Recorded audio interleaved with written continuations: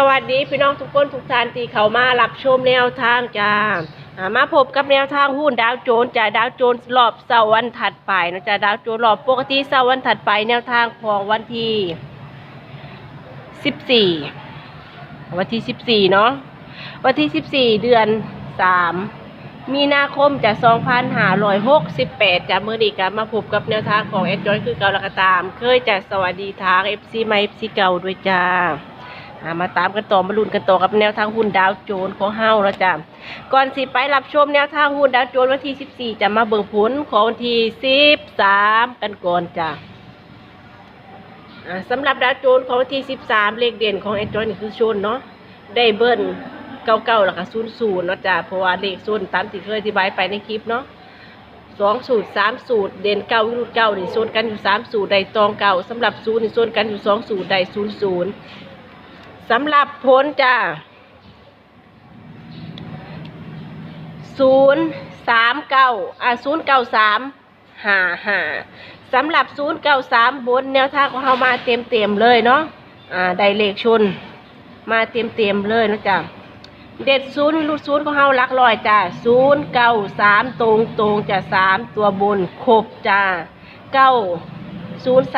ครบ3ตัวบนจะโต๊ดโอ้โหเอาฟังเด้อค่ะเด้อเด่น0รูด0ของเรามาหลักร้อยเนาะสำหรับเด่น9วิรุธ9ของเรามาจ้าสำหรับ93จับคู่เข่าตรงตัวเน้นเต็มมาเน้นเลยตามนี้เลยจ้ะสำหรับรางนี่มาหาเนาะของเฮามีเบิร์น99กับ00เข้ามาหาจะทารูเบิร์นก็ถือว่าได้อยู่เนาะขวาแนวทาง2สูตร3สูตรโซนกัน99กับ00เนาะจ้ะโอเคจ้ะสำหรับดาวโจนส์ของเฮาวันที่13เดือน3ยินดีกับคนติดตามยินดีกับพี่น้อง FC ติดตามละกันเนาะจะมาเต็ม093จะตรงเลยมาแรงแซงทางโค้งกันเลยทีเดียวสำหรับวันที่14มื้อนี้ก็ตามลุ้นกันต่อเนาะกับแนวทางหุ้นดาวโจนส์รอบปกติของเฮาจะแนวทางสีมาให้ตามสูตรหรือบ่อันนี้ก็รอลุ้นเนาะจังได๋ก็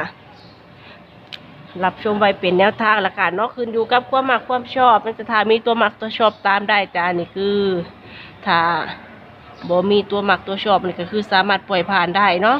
แนวทางมีเขามีรุดแต่ผิดพลาดประการใดก็ขอโทษขออภัยไว้ด้วยละกันเนาะจ้าเขามาแล้วฝากกดติดตามกดไลค์กดแชร์เพื่อเป็นกำลังใจให้กับแอดจอยด้วยละกันเนาะคุณละไลค์คุณละแชร์คุณละ1ติดตามแต่พี่น้อง FC ท่านใดที่เขามารับชมใหม่ๆจ้าอย่าลืมกดติดตามแล้วก็อย่าลืมกดกระดิ่งไว้เพื่อสิได้บ่พลาดแนวทางต่อไปเนาะแนวทางดีๆมีให้กันได้ทุกวันจ้าสำหรับแนวทางที่แอดจอยลงให้มีหลากหลายแนวทางจะบ่สิเป็นหุ้นนิเคอีหุ้นห้างเซ็งจ้าสำหรับสายหุ้นเจอกันทุกวันจันทร์ถึงวันศุกร์แนวทางฮานอยเจอกันทุกวัน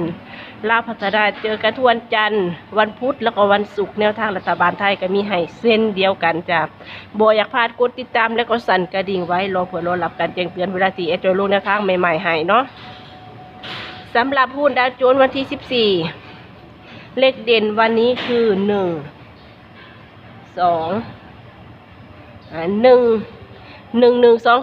1 คือเบิร์ดเล็กเด่นจะใส่วิ่งใส่ลูดของเฮามักตัวใดชอบตัวใดนำไปวิ่งไปลูดได้จ้าสำหรับดาวโจนส์ของเฮามื้อนี้คือ1โซน2โซนจ้า1ได้2สูตรโซนกัน11กับ22สำหรับเล็กเด่นสีมาให้หรือบ่อันนี้ก็ฝากนำไปพิจารณากันอีกทีหนึ่งละกันเนาะขึ้นอยู่กับความมักความชอบนะจ้าจับคู่เด่น1วิรุธ1จะมี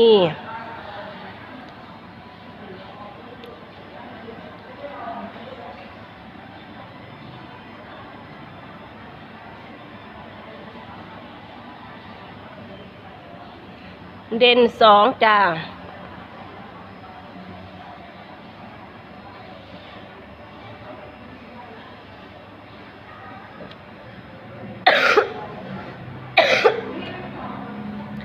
เดี๋ยวมาเบิ่งตัวเด่นตัวเน้นกันก่อนเนาะ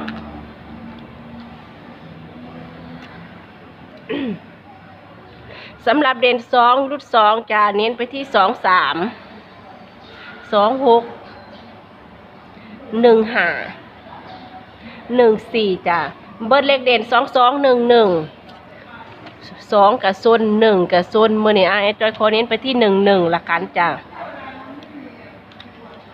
เมื่อวานนี้ได้เก่ากับ00เบิ่นมาหาเนาะสำหรับแนวทางหุ้นดาวโจนส์ของเฮาวันที่14แนวทางก็คือตามนี้เลยจะมักตัวใดชอบตัวใดก็พิจารณากันอีกทีหนึ่งละกันเนาะขึ้นอยู่กับความมักความชอบเนาะจ้ะมื้อนี้ก็คอยมาปังๆละกันเนาะจ้ะขอให้พี่น้องทุกคนทุกท่านที่เข้ามารับชมแนวทางทรงดีเฮงๆปังๆรวยๆกันทุกคนทุกท่านจ้าขอบคุณขาสมุดปากกาขอบคุณขาน้ำซ่าน้ำกาแฟเนาะขอบคุณหลายๆเนาะจ้ะขอให้พี่น้อง FC ทุกคนทุกท่านที่ส่งที่โอนมาให้โชคดีเฮงๆปังๆรวยๆยิ่งขึ้นไปเลยเนาะจ้ะสำหรับพี่น้อง FC ท่านใดที่เข้ามารับชมก็ขอให้ปังๆเนาะจ้ะขอบคุณทุกๆกำลังใจจากขอให้พี่น้องทุกคนทุกท่านโชคดีเฮงๆปังๆรวยๆกันทุกคนทุกท่านจ้ะสำหรับคลิปนี้สวัสดีจ้า